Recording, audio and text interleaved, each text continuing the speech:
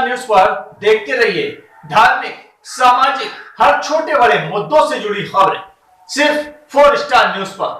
4 star news, खबर से समझौता नहीं। उत्तर प्रदेश के लखीमपुर पहुंचे केंद्रीय गृह राज्य मंत्री खीरी सांसद अजय टोनी का जन आशीर्वाद यात्रा। आज उनके गृह जनपद लखीमपुर खीरी तो उनका जिले में भव्य स्वागत किया गया। इस दौरान उनका जगह जगह फूल मालाओं से स्वागत हुआ और स्थानीय मैरिज हॉल में उनके लिए भव्य स्वागत समारोह भी आयोजित किया गया। इस दौरान मीडिया को संबोधित करते हुए उन्होंने अफगानिस्तान में हुए तख्ता पलट से लेकर प्रदेश की राजनीति तक की चर्चा की। उन्होंने कहा कि आज वह लोग ब्राह्मणों की बात कर रहे हैं जिनका आदर्श विकास दुबे है, तो वहीं उन्होंने अंग्रेजों के बनाए कानून में भी बदलाव किए जाने की बात कही है। Aditya Prakash Mishra, 4 star news, Lakhimpur Kheri. को लाने के लिए क्या प्रयास कर रहे हैं दोनों देशों द्वारा, क्या प्रयास अफगानिस्तान में? देखिए, तालिबान और अफगानिस्तान का युद्ध बहुत पुराना है और तालिबान बहुत लंबे समय से ये प्रयास कर रहा था कि वो अफगानिस्तान में अपनी सत्ता को लाए। अफगानिस्तान के चारों तरफ, चाहे वो पाकिस्तान हो, तजाकिस्तान हो, कजाकिस्तान हो, ईरान हो, सारे मुस्लिम देश हैं और वो सब बहुत लंबे समय से ये आपस में युद्ध कर रहे थे। इन देशों से हथियार प्राप्त करके अफगान और तालिबान का युद्ध लंबे समय से चल रहा था। पहले उस युद्ध में रूस ने हस्तक्षेप किया, उस समय कुछ अफगानिस्तान की रक्षा हो पाई। तालिबान ने तब भी कुछ हिस्सों पर कब्जा कर लिया था। उसके बाद अमेरिका की सेना आई, अमेरिका की सेना ने वहाँ पर संरक्षण दिया। 20 साल से वो लोग वहाँ थे, लेकिन इस सब के बावजूद अब जब अमेरिका ने अपनी सेना को वापस किया तो अफ़गानिस्तान की सेना तालिबान से मुकाबला नहीं कर पाई। तालिबान और अफ़गान, इनका युद्ध बहुत पुराना है। भारत की भूमिका जो विदेश नीति में हमारे तय लक्ष्य हैं उसके अनुरूप है। हमारे जहाँ पर भी लोग होते हैं, अभी आपने देखा होगा इससे पहले भी जब कुछ इस तरह की घटनाएं हुई थी, हमने एयरलिफ्ट किया था। जहाँ पर विदेश नीति के अनुसार जैसी आवश्यकता होगी वैसे कदम हम उठाएंगे। सरकार ने एटीएस कमांड की स्थापना की है सहारनपुर में प्रदेश सरकार ने स्थापना की है एटीएस कमांड सेंटर की। तो जो समाजवादी पार्टी के रामकिशोर मौर्य जी हैं, उन्होंने प्रतिपक्ष के नेता, उन्होंने आरोप लगाया है कि ये भाजपा के लोग आपस में गलत तरीके से बना रहे हैं और इससे मुस्लिम को डरवा रहे हैं। क्या देखिए, आप समाजवादी पार्टी के लोग, बसपा के लोग क्या कह रहे हैं उनके उत्तर वो देंगे, लेकिन मैं स्पष्ट कर देना चाहता हूँ 2007 के बाद उत्तर प्रदेश में एक बड़ा राजनीतिक बदलाव आया था। 2007 के पास जो भी सरकारें बनी हैं वो पूरे बहुमत की सरकार बनी। 2007 से 12 की बसपा की और 12 से 17 की समाजवादी पार्टी की और अभी जो 17 से 22 की हमारी सरकार, वो भी पूर्ण बहुमत की। तीनों सरकारों ने अपने अपने तरीके से काम किया है। जनता बहुत अच्छे तरीके से सबकी तुलना कर रही है, मुख्यमंत्रियों के बीच में तुलना कर रही है। जहाँ तक चुनाव की बात है, मायावती जी का लगभग काम समाप्त हो गया है।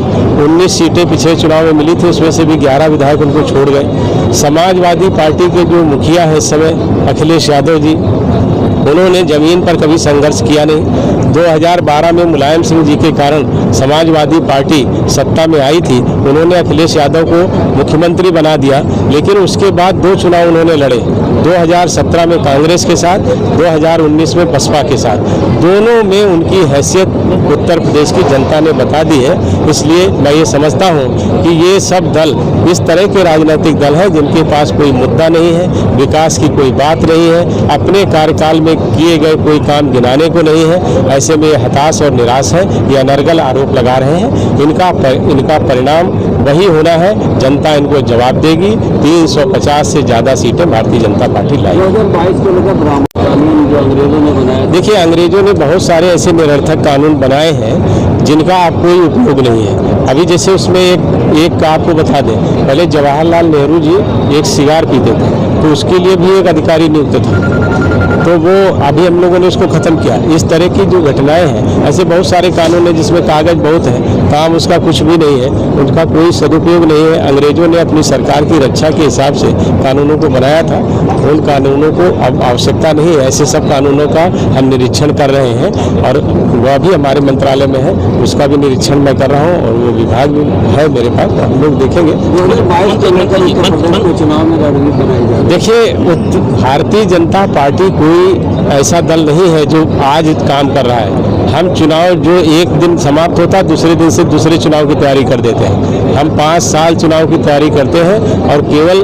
चुनाव की तैयारी संगठन के स्तर पर नहीं करते, सरकार के स्तर पर भी करते हैं। हमने इतने काम किए हैं और संगठन हमारा पन्ना प्रमुख तक मजबूत है, वो एक दिन में नहीं होता है। वो पूरे 5 साल का परिश्रम है। 350 से ज़्यादा सीटें लेकर के उत्तर प्रदेश में फिर सरकार बनानी है।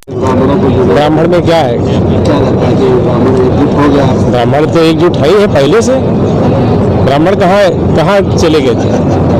ब्राह्मण भारतीय जनता, देखिए हम धर्म जात की राजनीति नहीं करते, हम धर्म जात और वर्ग की राजनीति नहीं करते, लेकिन ब्राह्मण हमेशा से भाजपा के साथ थे, हैं और रहेंगे। मैं आपको बताना चाहता हूं, जो लोग ब्राह्मणों का नाम लेकर के राजनीति कर रहे हैं उनको अभी जरूरत क्यों पड़ी? उनका आदर्श विकास दुबे क्यों है? उनका आदर्श राजनारायण मिश्रा और मंगल पांडे क्यों नहीं है? ऐसे लोगों को जनता बहुत अच्छी तरह से जानती है। अफगानिस्तान में देखिए, तालिबान और अफगानिस्तान का युद्ध बहुत पुराना है और तालिबान बहुत लंबे समय से ये प्रयास कर रहा था कि वो अफगानिस्तान में अपनी सत्ता को लाए। अफगानिस्तान के चारों तरफ, चाहे वो पाकिस्तान हो, तजाकिस्तान हो, ईरान हो, सारे मुस्लिम देश हैं और वो सब बहुत लंबे समय से ये आपस में युद्ध कर रहे थे। इन देशों से हथियार प्राप्त करके अफगान और तालिबान का युद्ध लंबे समय से चल रहा था। पहले उस युद्ध में रूस ने हस्तक्षेप किया, उस समय कुछ अफगानिस्तान की रक्षा हो पाई। तालिबान ने तब भी कुछ हिस्सों पर कब्जा कर लिया था। उसके बाद अमेरिका की सेना आई, अमेरिका की सेना ने वहाँ पर संरक्षण दिया। 20 साल से वो लोग वहाँ थे, लेकिन इस सब के बावजूद अब जब अमेरिका ने अपनी सेना को वापस किया तो अफगानिस्तान की सेना तालिबान से मुकाबला नहीं कर पाई। तालिबान और अफगान, इनका युद्ध बहुत पुराना है। भारत की भूमिका जो विदेश नीति में हमारे तय लक्ष्य हैं उसके अनुरूप है। हमारे जहाँ पर भी लोग होते हैं, अभी आपने देखा होगा इससे पहले भी जब कुछ इस तरह की घटनाएं हुई थी, हमने एयरलिफ्ट किया था। जहाँ पर विदेश नीति के अनुसार जैसी आवश्यकता होगी वैसे कदम हम उठाएंगे।